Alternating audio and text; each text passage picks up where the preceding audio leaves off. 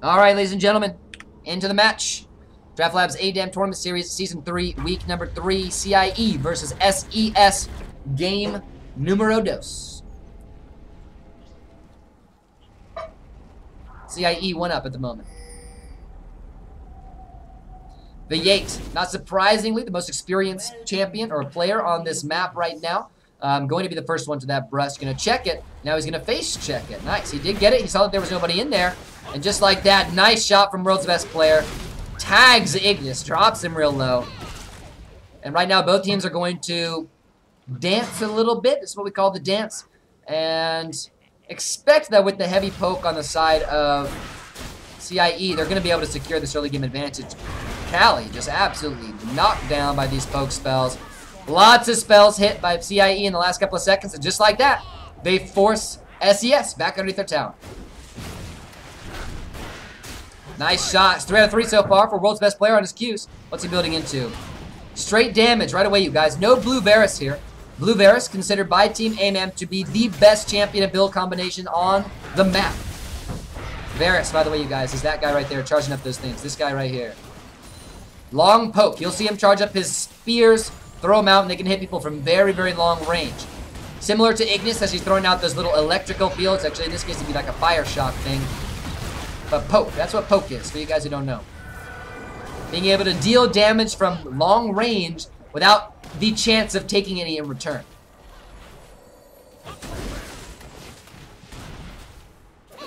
Alright, so CIE, they have their advantage. They have what they were looking for. Nice poke from World's Best Player. Great shots here on World's Best Player's part. And it's actually not going to be V8 taking over the Morgana this match. It's actually V8 taking on the Braum role here. Now, Braum, another one of the champions from his pocket, but Morgana's always been one of his best. So he must be more confident in his Braum play here than Stairs, or than any of his allies' Braum player. At least they didn't want to play Braum. And Braum has been a very top priority champion recently, you guys. So Braum, it's good that V8 is going to get this experience on the Braum because you can guarantee that he's going to be playing it again. Braum, a very good counter to the Gnar, because Gnar, as you guys know, gets the reduced cooldown on his boomerangs, but if they are blocked by V8, then he will not get said cooldown reduction. He will have to wait for it to come back again with its massive cooldown, and then, you know, then he'll, yeah, you guys know how it is. His poke is pretty much minimalized. That's why Yasuo has been used for a strong Gnar counter. There's a bind. Call me Hermless low. V8 wants to use his shield to enable more damage. Great shot from World's Best Player. He was going for Ignis that whole time, and just like that, Ignis left very low, and CIE have a hefty advantage in this early game. Mystic also bound up again. There's the enabling. Whenever you see a Morgana bind, it enables your allies, especially with the magic resist reduction, to get a guaranteed poke shot off. Guaranteed follow-up damage. Morgana, much more of an old school champ nowadays than she was back in the retro meta, but as you guys know, CIE, very retro team. They like to take those old-timey strategies, which are still prominent. There's just other strategies that work now. Back in the day, this was the only strategy that worked back in the day. This was it. 3 pokers and 1 support. Or 4 pokers and, you know, 3 pokers, 1 heal or something like that. But since the implementation of the Mark Dash, things have changed.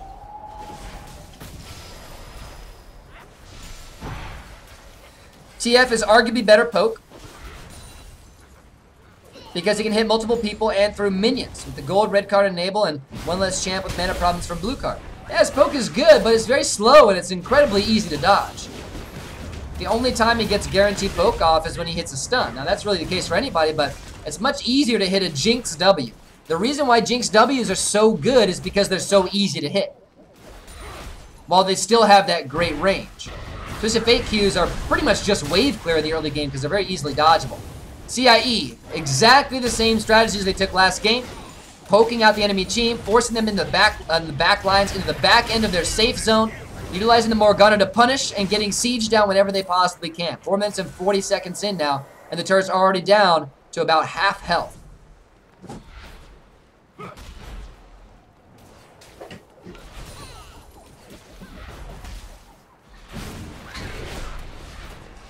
Another thing about the Twisted Fate is that his ultimate is almost useless except for engages, and if you're playing with a poke comp, then you're not going to engage anyway. His ultimate just will never be used except for maybe to get back into the team fight and maybe get back in the game and wave clear. First blood. for Stairs as Call Me a Herm is caught and dropped.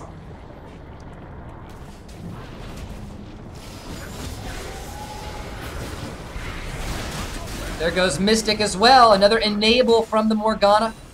Just like that. 2 kills in favor of CIE, and Serpentis are put in a very difficult situation. They have good wave clears here from Kali and Ignis, but there's so much applied pressure. Look at that. CIE continue their aggression, continue their siege. V8 goes down as he extends the dive.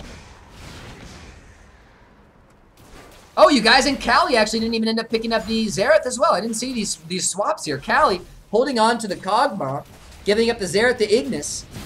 And then V8 obviously getting the Braum instead of his Morgana. Interesting. World's best player. Another kill. And CIE are reaping the benefits of the Varus pick. And Serpentis are feeling the pain from letting the Varus go through. Varus has been banned in every single game so far today, you guys. Every single one. Except for this one. And he was picked here, so it goes to show. He's very strong. And do not let him go through. Do not let him go through the draft phase unless you're taking a Yasuo Braum comp.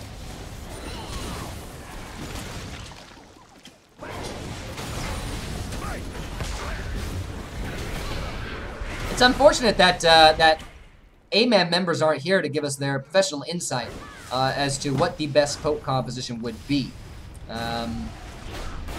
You know, the best comp, in my opinion, would be one. Best poke comp would be one that combines disengage, sustain, and poke. Uh-oh, Call Me Herm. There's the engage from Mystic. Call Me Herm gets the ultimate at just the right time. Ignis secures a kill. The gate locked down. Great engage at level 6 from Team Serpentis. They still trade out 1 for 1, though. Not bad, and it might end up delaying the game here. But with a nice big engage composition like what SeS has, they want to pick up more kills than just 1. They want to trade out 3 for 1 rather than 1 for 1, because now they're putting the exact same dance, the exact same laning phase they were in 2 minutes ago.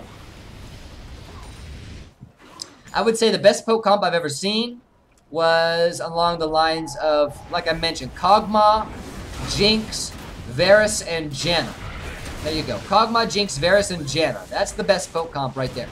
The best poke comp doesn't mean all 4 poking champions. You need some disengage, you need some peel to keep those poke champions safe and keep the laning phase going. And Janna is just about the best at that. Plus, she brings more wave clear for the composition as well. And shields. And your comment about the triple AD poke comp is not... it's... Triple AD poke comps are much... Or heavy AD poke comps are much better than heavy AP poke comps because of the Aegis of the Legion and how strong it is against poke comps, and how much damage it negates globally. In order to get the same effect that an Aegis has, but for armor, every single member on the enemy team would have to throw 300 gold, at least, into armor items. And that means the damaging champions on the enemy team as well. So heavy AD comps actually force a different itemization on the team, whereas, itemizing against AD comps, it's much more difficult than itemizing against AP comps. And for those of us who don't know, this is the battle of magic damage versus attack damage, or physical damage. Varus, a physical damage champion. Nice ultimate from Stairs, flashes for it, going to find 1 stun on a Mystic. That could be the engage here, but they don't really have too many hard engaging spells, but they do once again win a skirmish. Fruit Punch. No deaths yet, 3 assists, no deaths on the Varus as well. Are now looking low on mana. Fruit Punch needs another clarity, and it's not going to be coming back up for quite some time. Fruit Punch needs to grab himself a couple of relics here and get his mana back up to snuff. 10 minutes in, and no turret taken quite yet, you guys. An unfortunate occurrence for CIE, and somehow SeS have been keeping themselves alive. Nice engage. 2 kills picked up for CIE. They get Gnar and they get Malphite. And only 1 picked up on the side of Serpentis, so another victorious team fight, excuse me, on the side of CIE. But will they be able to capitalize with the tower here? I don't think so. The 2 members that were left available here on the side of Serpentis are the 2 that are very good at clearing minion waves. Now, they just used their spells too early, and they didn't hit enough waves, so that actually is going to be a tower. Unfortunately enough for SeS, they just misplayed that wave clear, and they lost their tower for it. If Callie and Ignis had waited for another 2 seconds to throw out both their wave clearing spells, they probably could have cleared it out. But they threw them too early. The backline minions were left alive. And that's the first tower of the game for CIE.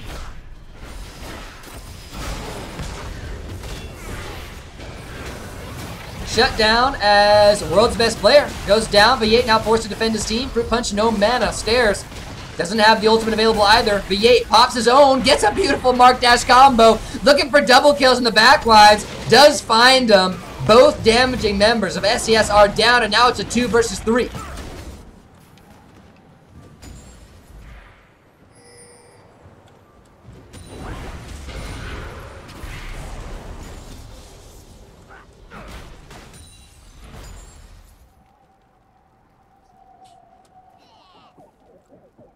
So I had logic. I wasn't just trolling. Oh no, I never expected you trolling.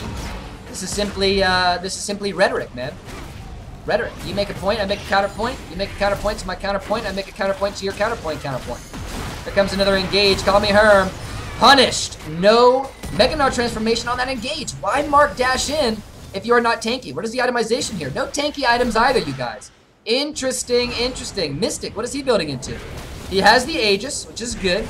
And he has some tanky items. So it looks like Gnar is going to be going for more of a damage-oriented build. But if he is, he can't make engages like that. He needs to be the follow-up. The second tier to the engage, not the first. Because he will just be peeled and engaged. Just like peeled and punished. Just like that. Missed it. Nice ultimate with the Malphite. They get stairs low. They will secure that kill in a trade. But everything used on their side, except for the Xerath ultimate, of course. Ignis finds nothing with that ultimate. Nice dodge there. Great split dodge, but here comes Call Me Herm again. Now this is an opportunity that he can capitalize on. Getting good damage. Already found himself 1 kill. Looking for the Mega Gnar transformation. And world's best player forced to flash into the relic and disengage. CIE, I'm so surprised that they have been unable to push here. Their aggression has not been strong enough. They're not playing a Team A-Man poke composition style. They're playing more passive here. And they're getting punished fairly hard. Every time they want to move forward, the Malphite engages. And it's a good strategy here for SeS, where they're already down 1 tower. They're making good engages, and they're giving themselves opportunities to extend the duration of this game. Even still, though, 12 minutes in, almost 13 minutes in, and that was the very first bit of damage that SeS has dealt to any objectives on the blue side.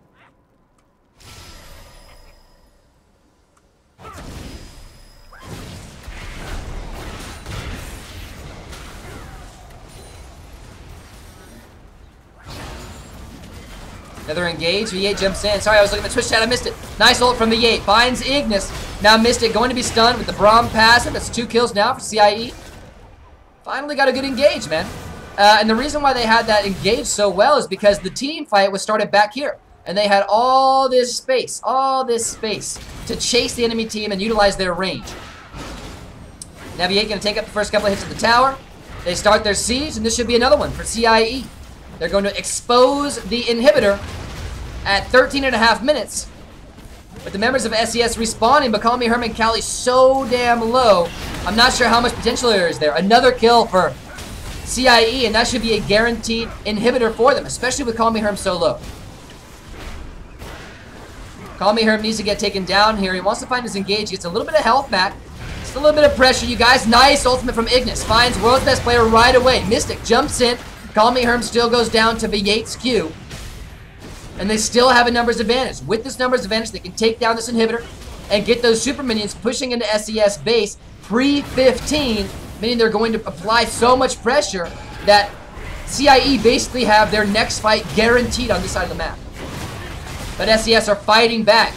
CIE, they're not executing themselves underneath the inhibitor. They're not really fighting for this inhibitor snag like they did in the last match. And I do believe it would have been a good idea to do so. Because now Gnar is respawned, Varus is making his way back, but as of right now, it's actually Serpentis that have the advantage in terms of health. And if they can make a good engage, they can turn this game around. They want to find it.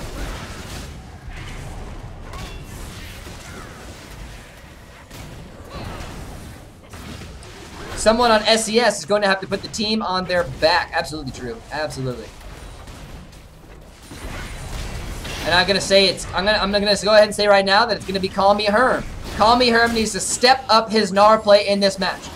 He has not been able to contribute to engages. He has not been able to make engages. Ignis now locked down. That's gonna be a guaranteed kill for V8. Mystic pops his ultimate in the back lines. No, he actually didn't. He didn't even have it. V8 goes down, 1 for 1 so far. But one of the main damagers on the side of SeS has already been taken down. Stairs looking for stuns, doesn't find any. Mystic jumps back on the back lines with a nice mark dash. Still finds nothing. A 1 for 1 trade, but in an even trade, CIE thrives because Cali's already low. He's going to go down to a little bit more poke. He's locked down. Stairs to be easy kill. That will be the case. Fruit Punch drops. Exploding Kog'Maw, you guys. Doesn't find much. And just like that, 3 versus 2, and it should be an inhibitor for CIE. Call me Herm. Now left low once again. Ignis is back. Actually, the 3 versus 3. Why is CIE not pushing for this inhibitor? They need to get it down as soon as possible. They are over-respecting the enemy team and underestimating the power of the pre-15-minute inhibitor. And just like that, they lost it. They lost the pre-15 inhibitor.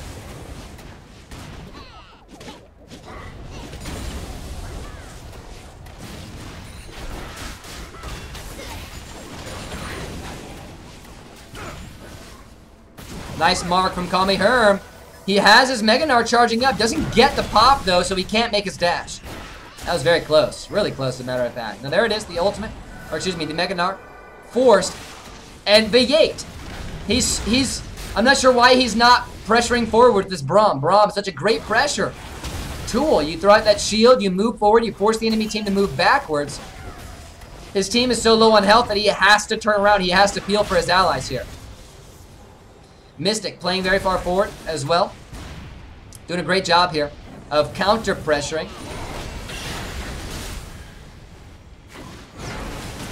Here comes Stairs. Finds the bind. Finds good damage. But is taking damage himself. Pops the ultimate. Forces a flash. And right as soon as the flashes go backwards from the damaging members of SeS, the ultimates go forward from Mystic. Now 2 members on the SeS are down. Make that 3 and it should be an ace. 4 for 1, unless Mystic can do something crazy. He does. He actually finds a kill. Looks like it's going to be 4 for 2 in favor of Team CIE, and that should be an inhibitor. You can see they're just going to run right forward, secure this inhibitor kill, and just like that, that is a 17, almost 18-minute inhibitor, you guys. A little bit too late, but it's just in line with what they had the last match.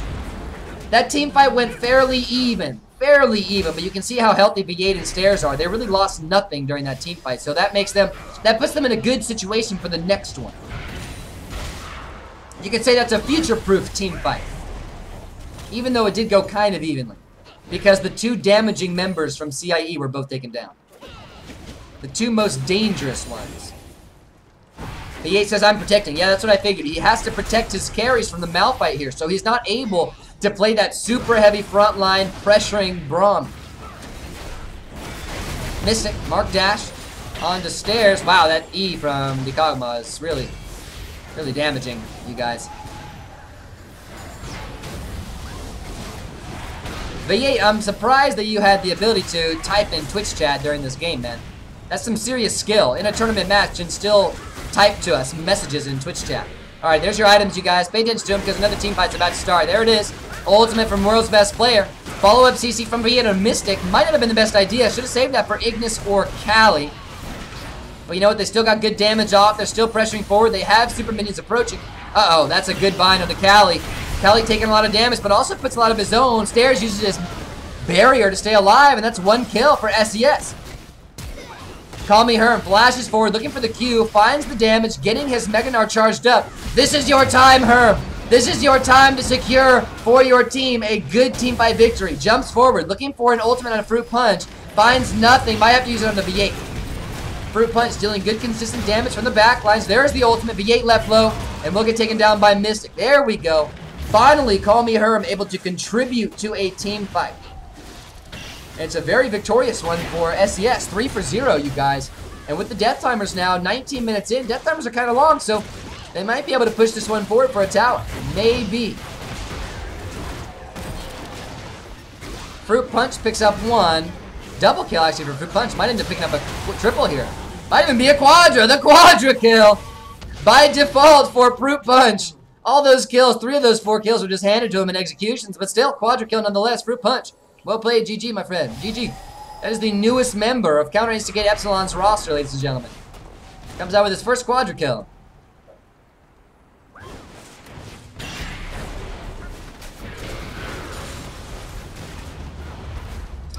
Alt-tab, yeah, Alt-tab. That's pretty funny.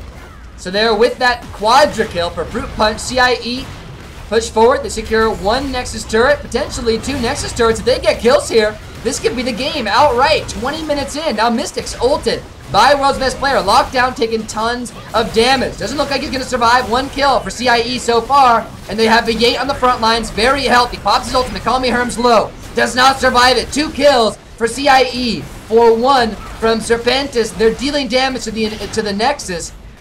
This could be the game, ladies and gentlemen. A 2 versus 3 advantage. It looks like that will be the case. CIE take the set 2-0 clutch. They make the points back that they needed to make to secure themselves a running in the finals and in the playoffs. I mean, it might be too early to say that, but still, they got themselves back into the team stats. They got themselves back on the brackets with this victory. Congratulations, CIE. Well played. GG. They're going to be walking away with 3 points tonight. Now, I got to say, I got to give some criticism to Serpentis Esports here. Now, they picked good comps.